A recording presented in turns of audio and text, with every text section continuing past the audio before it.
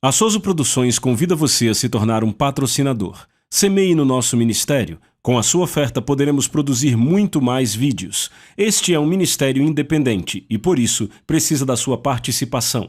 Inscreva-se no canal e compartilhe os vídeos. Seja um multiplicador desta visão.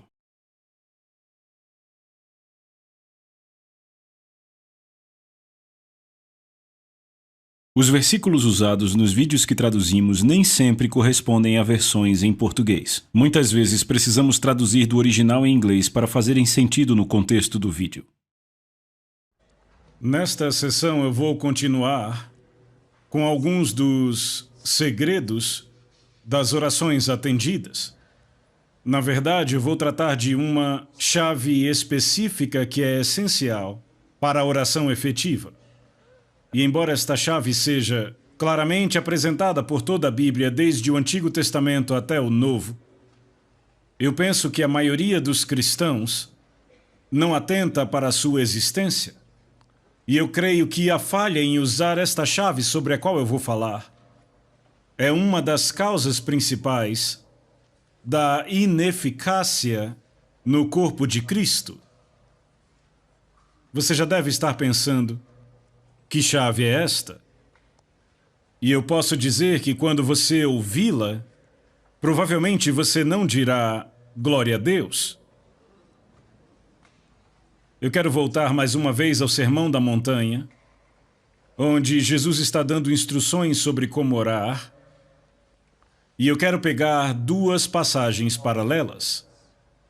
A primeira está em Mateus capítulo 6, versos 5 e 6, onde Jesus diz: e quando orarem, não sejam como os hipócritas, e aí ele descreve como os hipócritas agem. E aí ele diz no versículo 6, mas quando orarem, e aí ele diz o que fazer. Então ele usa a frase quando orarem duas vezes. Da primeira vez, ele começa com uma negativa: não orem como os hipócritas. Mas ele não termina aí. Ele conclui com uma positiva: é assim que vocês devem orar. E na verdade nós dedicamos a nossa última sessão a analisar o padrão que ele nos deu. Mas agora eu quero avançar no mesmo capítulo 6 para os versículos 16 e 17. E aqui ele apresenta uma outra dimensão da oração. E ele diz: quando vocês jejuarem, não sejam como os hipócritas. Mas ele não para com a negativa. Muita gente acha que ele termina aí. Mas ele continua no versículo seguinte: mas quando vocês jejuarem. E aí ele nos diz como fazer isso de uma forma aceitável a Deus. Agora, eu acho que vocês percebem que há um paralelo bem próximo entre o que Jesus diz sobre orar e o que ele diz sobre jejum. Primeiro ele diz: quando vocês jejuarem. E aí ele diz: não façam desta forma, façam daquela. Agora, na minha opinião, a frase quando vocês orarem indica que Jesus espera que os discípulos dele atentem bem a isso. Quando vocês orarem, Jesus espera que os seus discípulos orem. Quantos aqui concordariam que essas palavras indicam que Jesus estava considerando que nós, os seus discípulos, oraríamos? Ele não diz se vocês orarem, ele diz quando vocês orarem. E eu imagino que a maioria de nós aqui concorda que o Senhor espera que nós, como cristãos, oremos regularmente. Não está certo? Ok, agora nós passamos para o próximo estágio e ele não diz se vocês jejuarem. Ele diz quando vocês jejuarem. O que é que isso indica? Isto indica que ele espera que jejuemos da mesma maneira que ele espera que oremos. Não parece lógico? Você está aqui comigo, ainda que talvez relutantemente, mas ainda está comigo? Bem, não fique relutante. Eu concordo que esse assunto do jejum não é um daqueles para os quais dizemos facilmente glória a Deus, mas eu garanto a vocês que quando aprenderem sobre ele, vocês dirão glória a Deus, vocês dirão obrigado, Deus, por nos dar esta chave. Veja, as palavras de Jesus sobre oração e jejum são absolutamente e exatamente paralelas. Quando vocês orarem, não orem desta forma, mas orem desta. Quando vocês jejuarem, não jejuem desta forma, mas jejuem desta outra. Então Jesus põe a oração e o jejum exatamente no mesmo nível. Minha conclusão é que se ele tem expectativa que oremos, ele também espera que jejuemos. E eu me alegro muito porque eu tenho um grande predecessor no ministério que chegou à mesma conclusão. Na verdade, a muitos deles, Lutero chegou à mesma conclusão, mas aquele sobre o qual estou falando é John Wesley. E eu li o diário de John Wesley há alguns anos e ele mexeu comigo e me estimulou. E ele disse algo parecido com isto. Eu estou convencido que se um cristão entendeu a necessidade de jejuar e não pratica o jejum, ele vai se desviar com a mesma probabilidade de um cristão que entendeu a necessidade de orar e não ora. E John Wesley não ordenava para o ministério metodista nenhum homem que não se comprometesse a jejuar todas as quartas e sextas até as 4 da tarde. Era um requisito básico para ser ordenado no ministério metodista.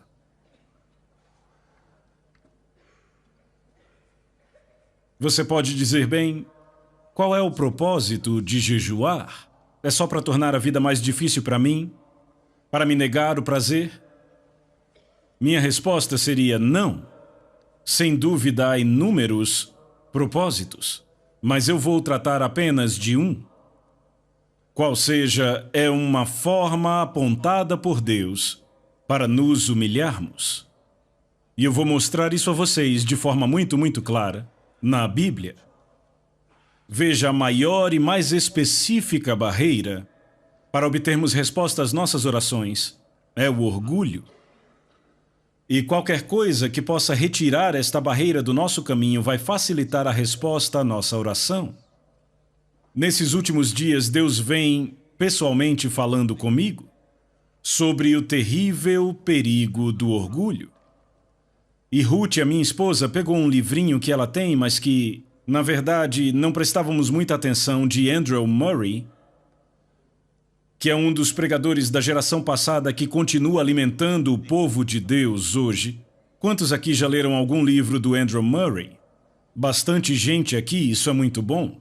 Eu não sei quem conhece o livro. No original, o título é A Humildade do Nosso Senhor. Ele vem sendo republicado com um título mais simples. Eu acho que ficou só Humildade. E eu o li algumas semanas atrás. E ele realmente falou comigo profundamente sobre a minha própria vida. Eu já odeio o orgulho há anos, mas eu obtive uma nova visão do quão perverso e do quão maligno o orgulho é, e de como ele nos afasta de todas as bênçãos que Deus tem para nós. Essa mensagem vai por toda a Bíblia. É uma verdade universal. Ela não foi demonstrada primeiramente na Terra. Sabe, a primeira demonstração do mal do orgulho? Qual foi o primeiro pecado da história do universo? Me digam. Orgulho, sim, quem cometeu o pecado? Lúcifer, isso mesmo, um anjo, no céu. E se aquele orgulho, se o pecado do orgulho pôde ser cometido no céu, fazendo com que um anjo perdesse o seu lugar, quanto mais suscetíveis estamos ao pecado do orgulho devido à natureza pecaminosa nesta terra? Eu vou dar aqui 3 passagens da Bíblia que tratam de orgulho e de humildade. A primeira fica em Lucas 14, versículo 11. E é o final de uma parábola onde Jesus explica como agir quando se é convidado a um banquete. Em Lucas 14. E sabe, nós somos convidados para banquetes hoje em dia, às vezes. Eu fui convidado para um ontem. E Jesus disse, ele era tão prático. Ele sempre dava ilustrações muito simples. Primeiro, eu quero dizer que Deus nunca disse que ele vai nos humilhar. Ele sempre nos diz para nos humilharmos. Eu digo às pessoas, Deus podia te humilhar, mas só você pode se fazer humilde. Não ore, Deus me torne humilde, porque essa não é uma oração bíblica e, além do mais, provavelmente você se arrependerá dos resultados desta oração. Algumas semanas ou meses depois, quando você se encontrar na situação mais humilhante e perguntar, Deus, como eu vim parar aqui? Bem, você orou. Você orou. Jesus diz, quando você for convidado para um banquete, não saiam correndo para pegar o melhor lugar, o lugar de honra. Porque você será envergonhado quando alguém chegar e disser, é o orador que senta aqui, você arranje um lugar naquele canto ali.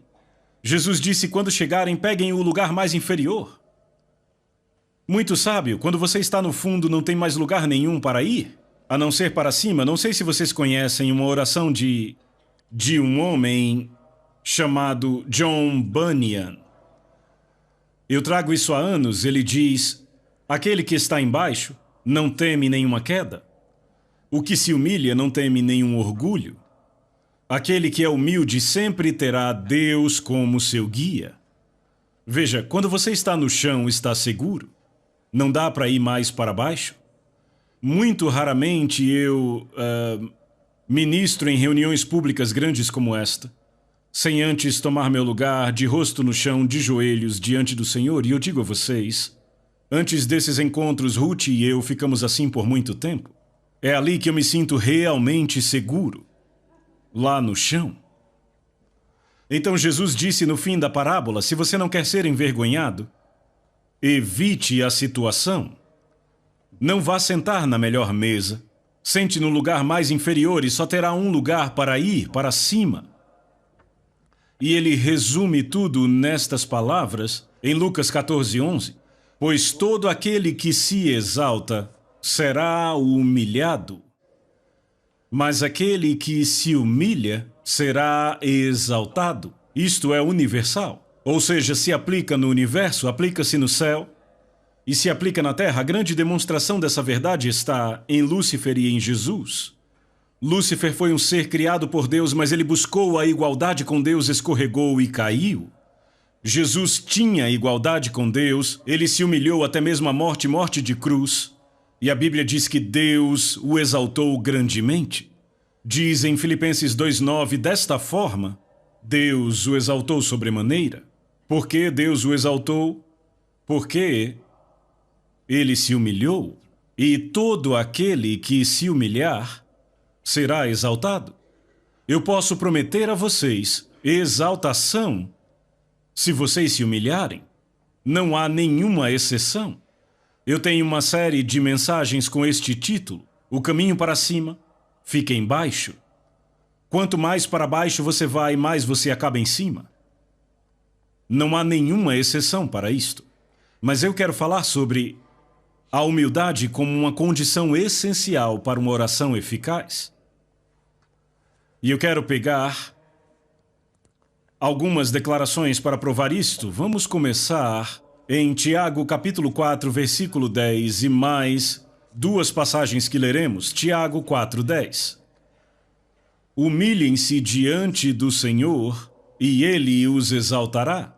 Notem que ele diz, humilhem-se, não diz ao Senhor para fazê-lo. É você que faz. Deus é que exalta se você se humilha. E uma passagem muito semelhante em 1 Pedro, capítulo 5, eu e Ruth proclamamos esta antes da mensagem passada. Verso 6, portanto, humilhem-se debaixo da poderosa mão de Deus para que ele em tempo oportuno os exalte. O verso anterior diz, Deus resiste aos soberbos, mas dá graça aos humildes. Então, se você vai até Deus em oração com o seu orgulho, Deus estará te resistindo. E adivinha quem empurra com mais força? Você não pode se aproximar de Deus em orgulho. Lá em Salmos diz que o Senhor conhece os orgulhosos de longe, e ele os mantém longe. Não há acesso a Deus com orgulho. Então, qualquer coisa que nos permite nos humilharmos é uma bênção que não tem preço, mesmo que não seja muito agradável na hora. E uma das formas bíblicas apontadas para nos humilharmos é jejuando. E eu vou mostrar isso direto da Bíblia. Eu quero começar com uma declaração de Davi, uma declaração muito simples, em Salmo 35, versículo 13, onde ele diz: eu humilhava a minha alma com o jejum. Algumas traduções dizem eu afligia a minha alma, mas no original em hebraico é eu humilhava a minha alma. Por que você precisa humilhar a sua alma? Bem, a sua alma é a parte arrogante em você. É a parte autocentrada, é a parte egoísta. Sua alma tem 3 funções principais: a vontade, o intelecto e as emoções. E ela expressa isso nas seguintes frases: eu quero, eu acho, eu sinto. E Deus diz que o que você quer não é importante, o que você pensa não é importante, o que você sente não é importante. O que é importante é a minha vontade. E se você quer se alinhar à minha vontade, você tem que tratar a sua alma. E uma forma de tratar a sua alma é humilhar a sua alma com o jejum. Eu lembro que há alguns anos eu preguei uma mensagem assim, em Washington, D.C., e lá havia um advogado cristão. Ele entendeu a mensagem e disse: amanhã eu vou fazer isto. Então amanhã vou jejuar. E ele fez, e ele teve um dia miserável. Toda vez que ele passava por um restaurante, sentia o cheiro da comida. Quando passava por uma confeitaria, ele parava, olhava para a vitrine. Foi um dia miserável. Então, ao final do dia, ele deu uma lição ao seu estômago. Ele disse: ei, estômago, você me causou muitos problemas hoje. Você me trouxe vários desconfortos desnecessários. Então, por isso, eu vou te punir. Eu vou jejuar amanhã também. Veja, isto é humilhar a sua alma, é trazê-la à sujeição. Deixa eu dizer isto. O estômago é um maravilhoso servo, mas é um mestre terrível. Quem é o mestre em sua vida? Você ou seu estômago? Boa pergunta. É uma pergunta que todos temos que fazer. Acredite, pessoas no ministério não estão isentas desta pergunta. Eu já lutei batalhas contra meu estômago várias vezes. Mas quando obtive a vitória, eu fui abençoado. Nem sempre imediatamente, nem sempre dramaticamente, mas de um jeito ou de outro, eu recebi a bênção de Deus. E aí, se eu me torno arrogante, a bênção de Deus se afasta. E eu digo: Deus, o que acontece? E ele gentilmente indica de uma forma ou de outra: você se tornou orgulhoso e autocentrado de novo, quis do seu jeito. Você está deixando sua vontade e sua alma falarem. Ela tem que ser trazida à sujeição à minha vontade, à minha palavra e ao meu jeito. Então vamos ver alguns exemplos, na verdade apenas 2. Vamos ver o dia da expiação. Em Levítico capítulo 16, versos de 29 a 31. Levítico capítulo 16, versículos de 29 a 31. Veja, este é um capítulo bem longo e são as ordenanças para o dia da expiação, que o povo judeu chama de Yom Kippur. E este é o dia mais sagrado do calendário judaico até hoje. E ele descreve a maneira como Deus ordena o sacrifício pelo perdão dos pecados de Israel. E tudo dependia daquele sacrifício, todo o futuro e destino daquela nação dependia do sacrifício. Mas no meio da descrição do sacrifício, Deus também requer uma resposta do seu povo. E a resposta que ele requer é que eles afligiriam suas almas. Esta é a tradução comum. Mas a palavra traduzida como afligir é mais frequentemente encontrada como humilhar. Então Deus requer que o seu povo humilhe suas almas. E esta é uma verdade muito significante. O sacrifício era algo que eles não conseguiam organizar. estava fora da capacidade deles de prover vinha inteiramente da graça de Deus, mas eles não podiam se beneficiar do sacrifício, a não ser que atendessem às condições de Deus e humilhassem suas almas. E também serve para nós cristãos. O sacrifício de Jesus na cruz é completo, perfeito, não podemos adicionar nada a ele, não podemos tirar nada dele, mas se queremos nos beneficiarmos dele, temos que atender às condições de Deus, assim como foi com Israel. E esta foi a condição que Deus determinou. Versos 29 em diante de Levítico 16. Isso vos será por estatuto perpétuo. No 7º mês, aos 10 dias do mês, afligireis a vossa alma, e nenhuma obra fareis, nem o natural, nem o estrangeiro que peregrina entre vós, porque naquele dia o sacerdote fará expiação por vós, para purificar-vos e sereis purificados de todos os vossos pecados perante o Senhor. É sábado de descanso solene para vós outros e afligireis a vossa alma. É estatuto perpétuo. Agora, o povo judeu sempre entendeu muito bem, e com bastante precisão, que a frase afligireis a vossa alma significa jejuar. Ficar sem comida, de fato e de verdade. Naquele dia, normalmente ficavam sem comida, nem bebida. A propósito, deixa eu definir jejum para que possamos avançar. Minha definição de jejum é se abster de comida para propósitos espirituais. Frequentemente também de bebidas, mas, falando de forma geral, não é. E se você se abstém de líquido, cabe a você decidir. Mas o que eu quero apontar aqui é que era requerido a Israel humilhar a sua alma para receber o benefício do sacrifício feito em seu favor. E o povo judeu, por cerca de 3.400 anos, sempre soube que humilhar sua alma significava jejuar.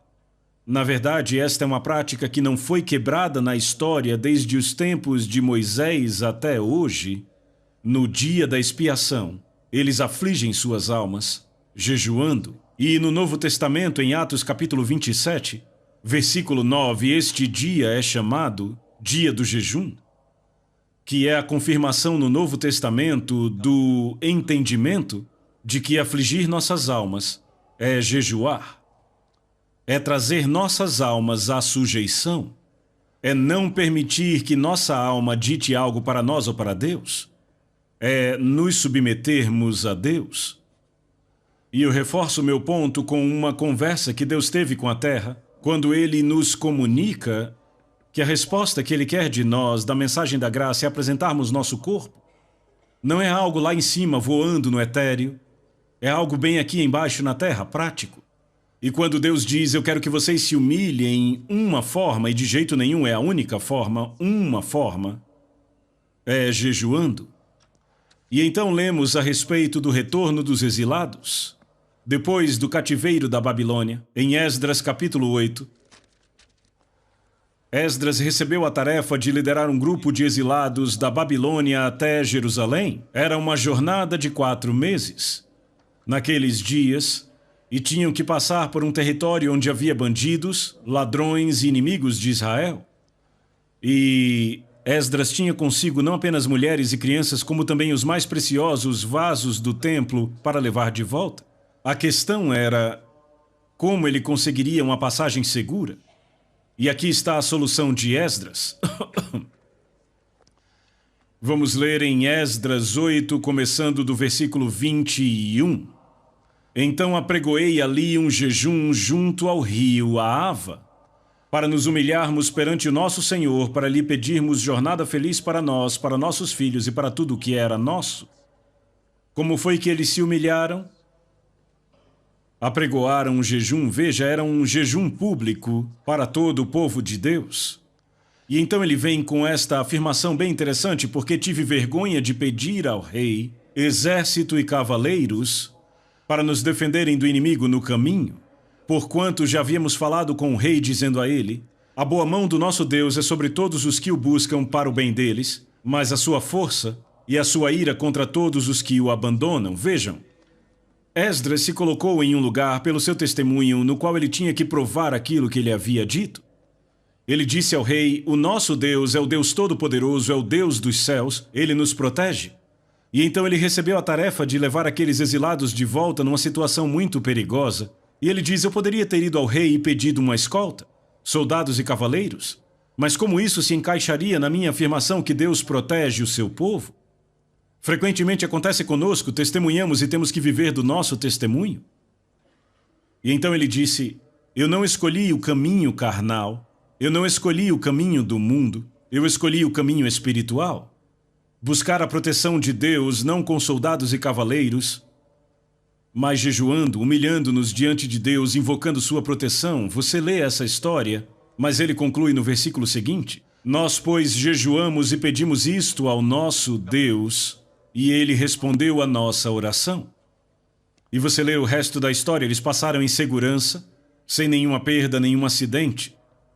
E em muitas situações, somos confrontados com duas alternativas: tomaremos o caminho carnal ou tomaremos o caminho espiritual. Bem, então deixa eu falar e testemunhar da minha própria experiência.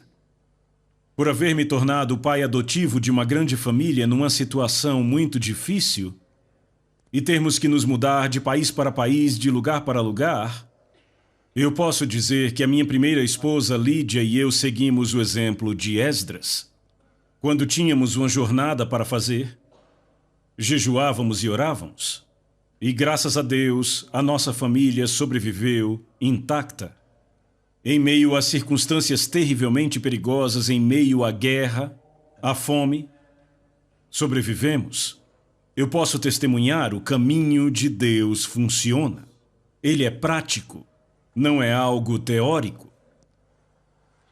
Certo, então vamos considerar um pouco pessoas debaixo do julgamento de Deus.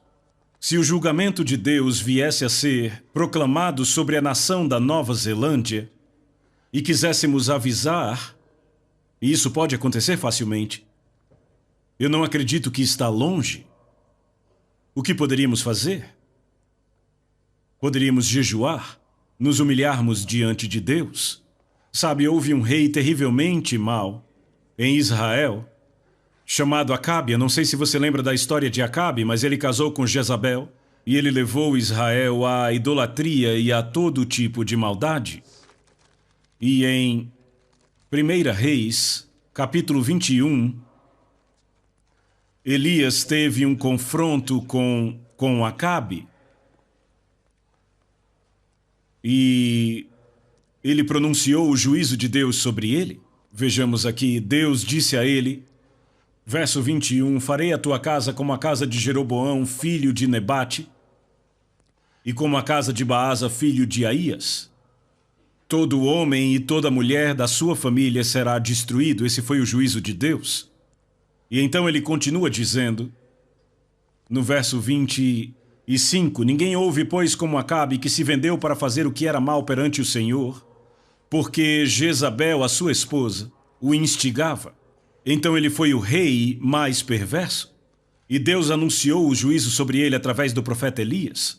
Mas Acabe temeu ao Senhor. Verso 27, tendo Acabe ouvido estas palavras, rasgou as suas vestes, cobriu de pano de saco o seu corpo e jejuou, dormia em panos de saco e andava cabisbaixo.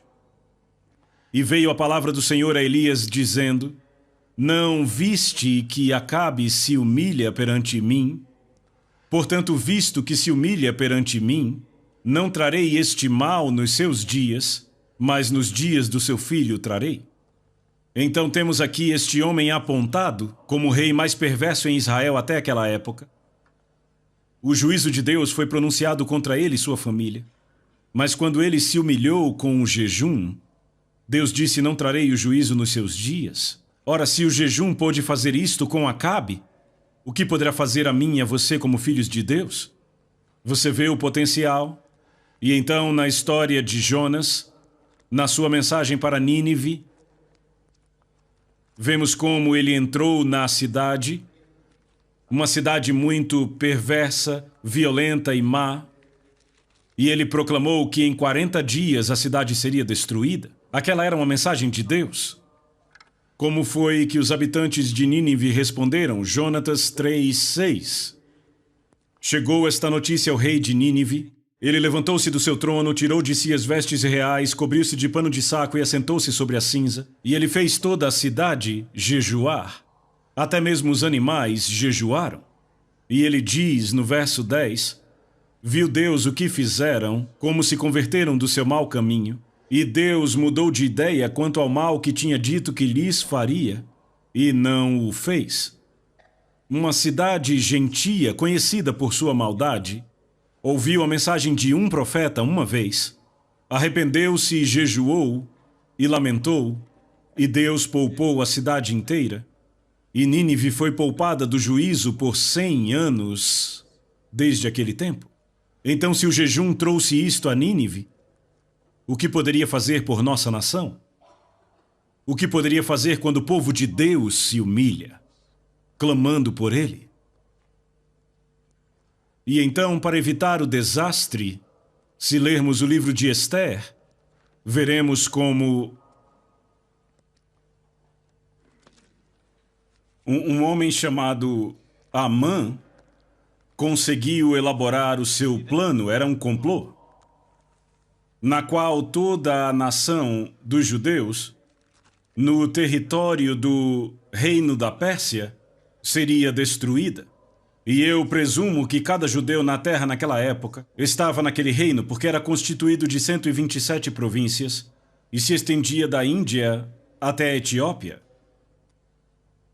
E o decreto saiu, mas havia no Palácio Real uma judia cuja nacionalidade não era conhecida, Esther, e o seu primo Mordecai mandou uma mensagem para ela e disse: não pense que você escapará diferentemente de cada judeu neste palácio, porque quem sabe você não está aí para um tempo como este? E Esther lançou um desafio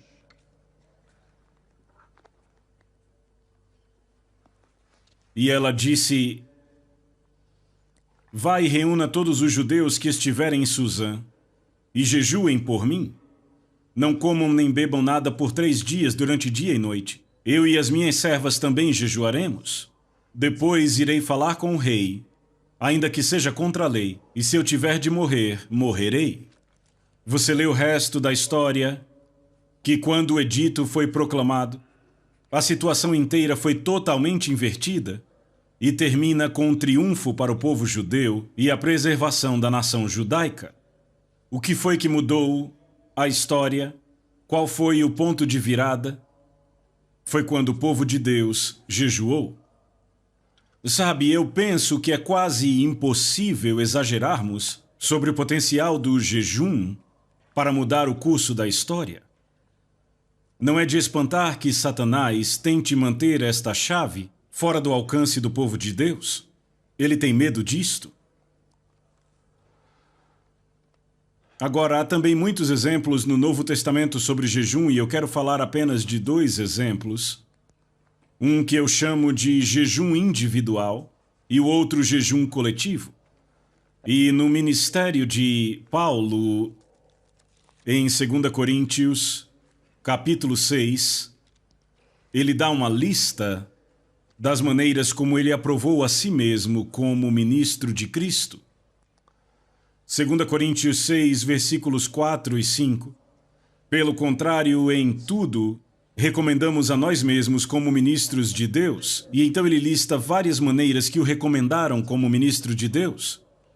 E ele diz assim: na muita paciência, nas aflições, nas privações, nas angústias, nos açoites, nas prisões, nos tumultos, nos trabalhos, nas vigílias, nos jejuns. Então Paulo está dizendo que uma das formas como ele provou que ele era ministro de Deus foi jejuando. E então na mesma carta, capítulo 11, versos 23 e 27, ele traz uma lista similar àquela. Ele diz: são ministros de Cristo falo como fora de mim eu ainda mais. E então ele dá uma lista completa de maneiras de como ele foi um ministro de Cristo. E no verso 27, ele continua a lista: em trabalhos e fadigas, em vigílias muitas vezes, em fome e sede, em jejuns muitas vezes, em frio e nudez. Então ele diz: jejuei muitas vezes. E note que na fala dele, fome e sede são uma coisa e jejum é outra. Fome e sede é quando você não come porque não tem o que comer ou beber. Jejum é quando você pode comer, mas você nega. Esta foi uma das formas como Paulo provou a si mesmo como sendo ministro de Cristo. E eu acredito que os ministros de Cristo deviam provar a si mesmos desta forma hoje. Eu falei sobre minha própria experiência, mas só mencionei isto.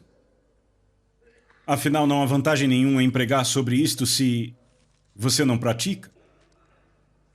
Quando eu fui salvo, eu já tinha sido um cristão no nome, mas eu desisti do cristianismo, dei as costas para a igreja. Eu estava procurando por respostas para os meus problemas em outros lugares. Mas quando eu fui salvo e batizado no Espírito Santo, eu nem sequer entendi o que me aconteceu. Eu tive que ler o Novo Testamento para entender o que tinha acontecido comigo.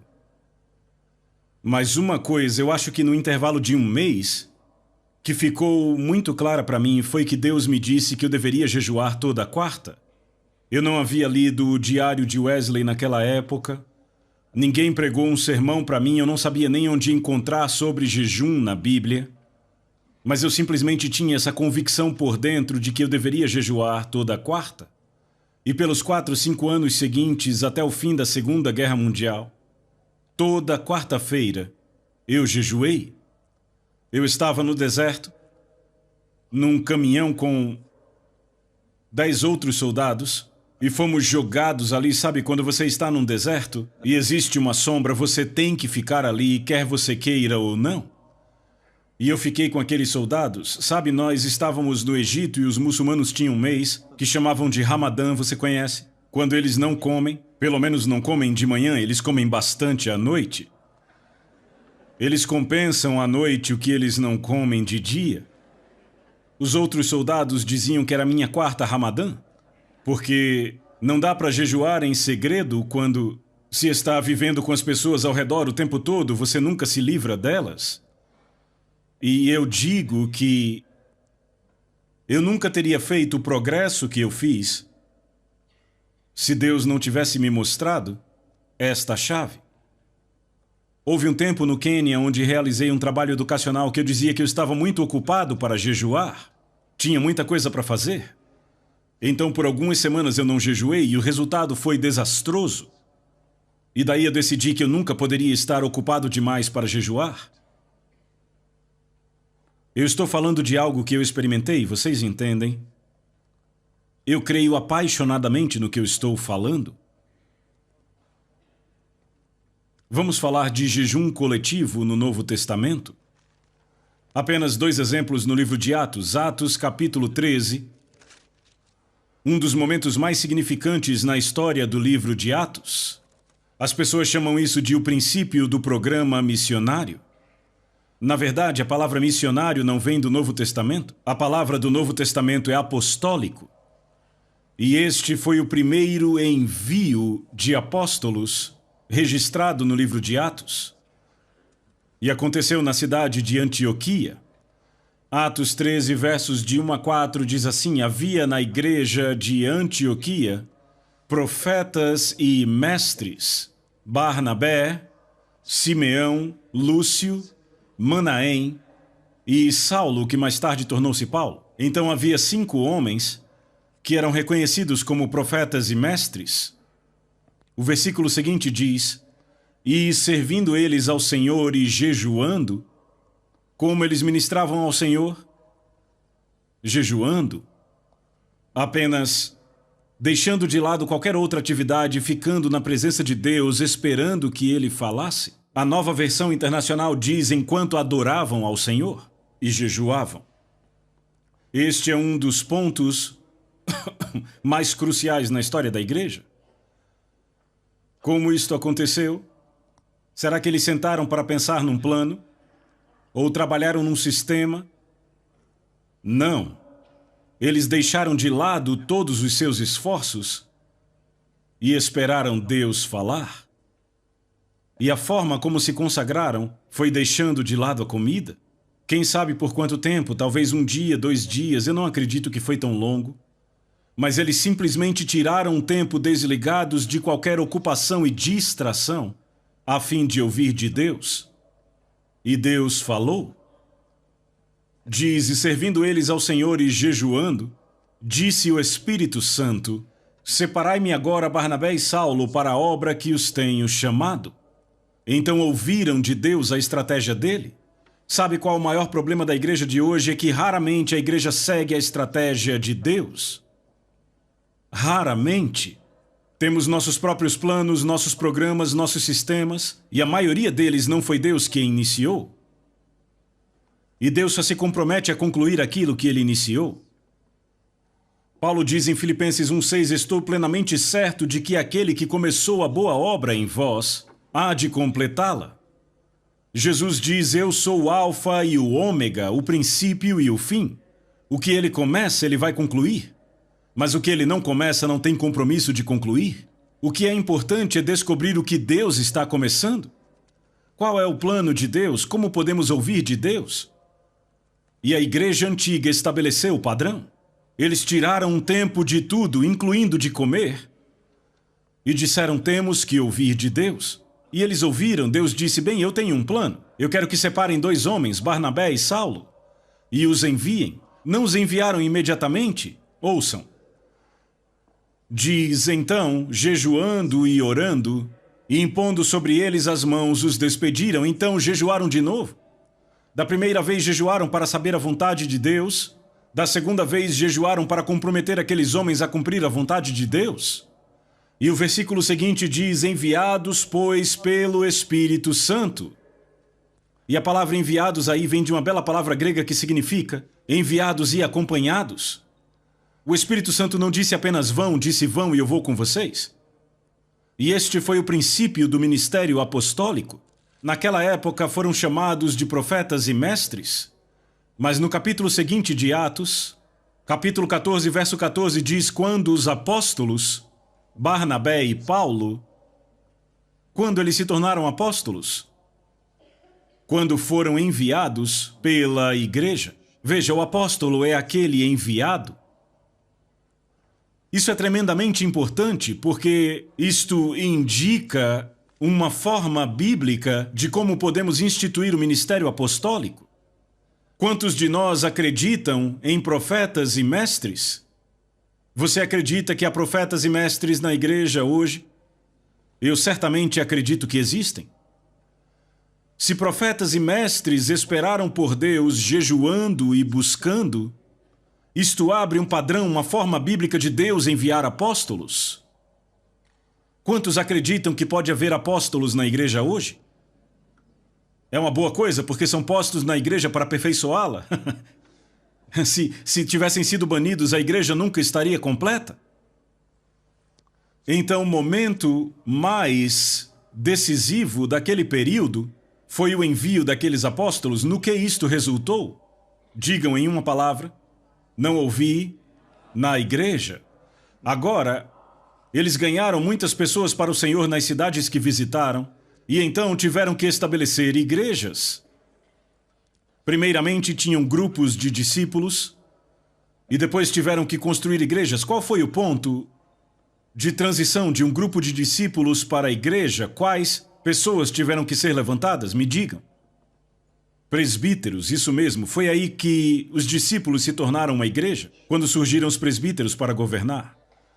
Então fizeram isso, lemos em Atos 14, verso 21. E tendo anunciado o evangelho naquela cidade e feito muitos discípulos, voltaram para Listra, Icônio e Antioquia, cidades onde já haviam pregado, fortalecendo a alma dos discípulos exortando-os a permanecer firmes na fé e mostrando que através de muitas tribulações nos importa entrar no reino de Deus.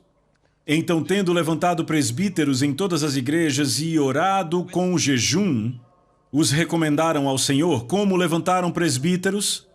Como entraram na mente do Senhor para saber quem seriam? Tem versões que trazem a palavra eleição. Sim, mas foi uma eleição de Deus. Como entenderam a mente de Deus? Qual foi a chave? Não ouvi vocês? Jejum, obrigado. Vocês veem duas nomeações decisivas na obra da igreja, apóstolos e presbíteros. E na igreja antiga, ambas as nomeações foram alcançadas através da oração e do jejum. Por que esperaríamos fazer de alguma forma diferente em nossa época? Será que podemos melhorar este método? Deus nunca nos pediu para melhorar nada, apenas nos pediu para seguir. Entendem? Aqui está uma chave. E eu estou pondo ela em suas mãos. O que farão com ela? O que os cristãos desta nação vão fazer com esta chave? O que os cristãos da Austrália farão com esta chave? O que os cristãos da Inglaterra farão com esta chave, África do Sul e todas as outras nações onde esta mensagem chegar? Você acha que Deus mudou? Será que encontramos uma maneira melhor?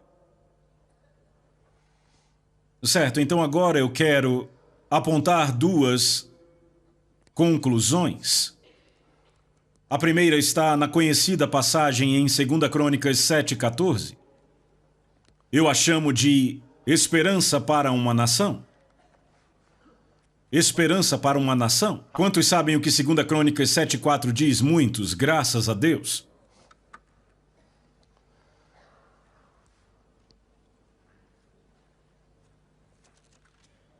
Eu poderia citar de cor, mas não irei.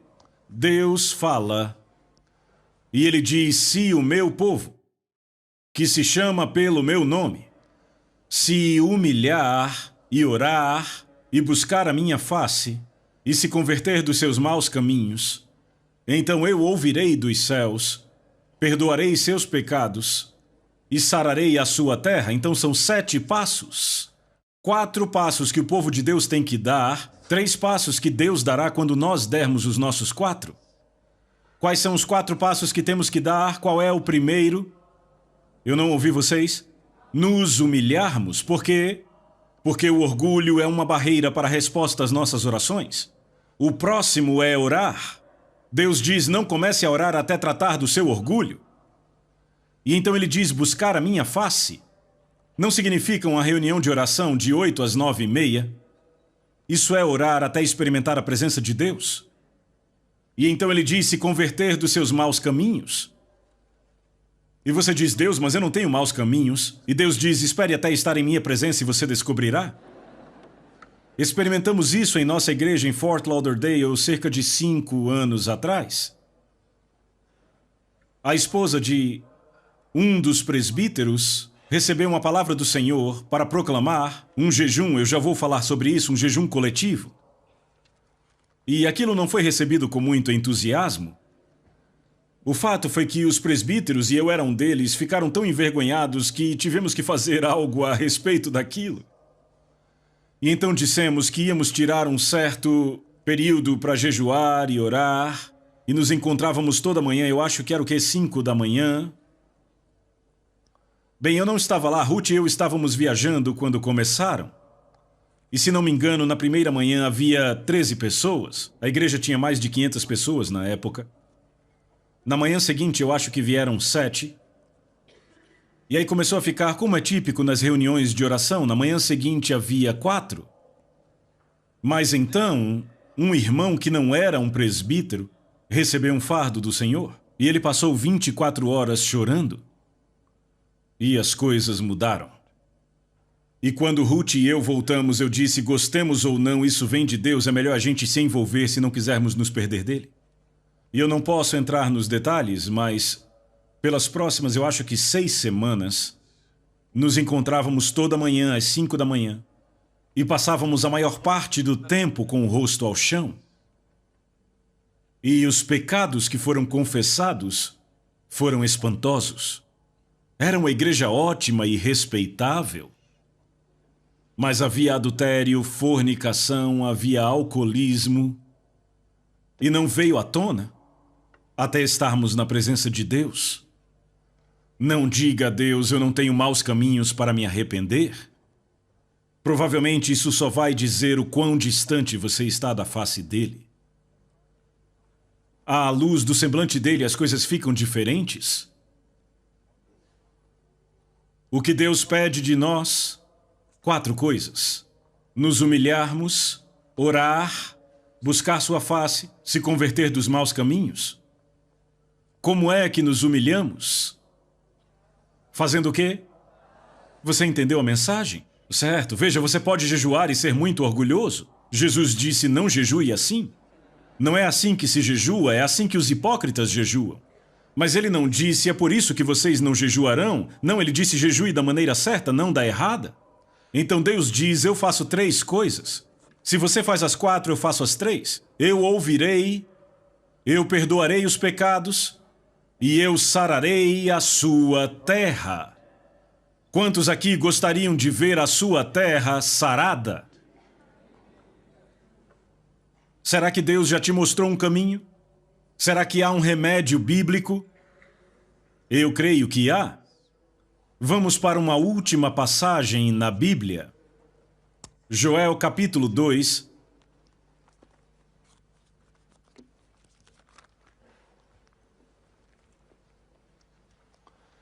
Esta é a passagem de onde as pessoas tiraram a expressão o jejum de Joel. Joel 2,15. Tocai a trombeta em Sião, promulgai um santo jejum, proclamai a assembleia solene, congregai o povo, santificai a congregação, ajuntai os anciãos, os filhinhos e os que mamam. É interessante, naquela época tínhamos crianças de colo e crianças maiores nos encontros. Quase toda manhã lá estavam elas e elas pareciam incomodadas e desapontadas quando seus pais não as acordavam para a oração. Sabe, era um exemplo vivo disso. Vamos continuar. Saia o noivo da sua recâmara e a noiva do seu aposento. Chorem os sacerdotes, ministros do Senhor, entre o pórtico e o altar, e orem. Que digam, poupa o teu povo, ó Senhor, e não entregues a tua herança ao opróbio. Para que as nações façam escárnio dele, porque hão de dizer entre os povos onde está o seu Deus. Note que, acompanhando, percebemos que ele menciona 3 categorias: os sacerdotes, os ministros e os anciãos. E aqui está a responsabilidade da liderança na igreja, de dar o exemplo, de tomar a dianteira. Sabe quem são os líderes? As pessoas que vão na frente. Às vezes os ministros estão liderando de trás. Isto não é liderança. Jesus, no jardim do Getsêmani, levou seus discípulos consigo e então tomou 3. E eles pararam e diz que ele foi um pouco mais adiante. Isto é liderança? É ir um pouco mais adiante? Uma vez ouvi um pastor dizer, eu tenho que correr para alcançar o meu povo. Isso não é liderança. Aqui está a responsabilidade da liderança. Agora, ouçam a última declaração, onde no mesmo capítulo, versículo 28, e acontecerá depois que derramarei o meu espírito sobre toda a carne. Vossos filhos e vossas filhas profetizarão, vossos velhos sonharão e vossos jovens terão visões. Ele diz depois do quê? Depois do quê? Depois que o povo de Deus atendeu às condições dele. Agora eu sei que Pedro, citando isso no dia de Pentecostes, disse, acontecerá aqui nos últimos dias. Mas aquele não era um cumprimento total, era um cumprimento antecipado, e é muito significante porque, naquela passagem em Atos 2, Pedro cita o Senhor dizendo, derramarei do meu espírito. Algo do meu espírito, e aquilo começou no dia de Pentecostes. Mas nesta passagem Deus diz, eu derramarei o meu espírito, não do meu espírito, mas eu liberarei o meu espírito na terra. Sobre toda a carne. Irmãos e irmãs, ainda não vimos isto, vimos apenas um pouco salpicado. Há mais de 1 bilhão de muçulmanos na Terra que nunca foram tocados pelo Espírito de Deus. Como os alcançaremos? O que libertará o Espírito de Deus? Eu digo a vocês, se vocês já lidaram com o Islã, é uma fortaleza impenetrável para uma aproximação natural. Você tem que ir pelos meios espirituais. Qual é o programa de Deus? Convoquem um jejum, santifiquem a assembleia. Que os anciãos, os sacerdotes e os ministros mostrem o exemplo. E Deus diz, no meu tempo, quando atenderem minhas condições, eu vou derramar o meu espírito sobre toda a carne. Eu creio que esta é a solução, e eu não acredito que haja outra. E eu creio que Deus nos mostrou na Bíblia o caminho. Vamos curvar as nossas cabeças diante do Senhor, peça a Deus.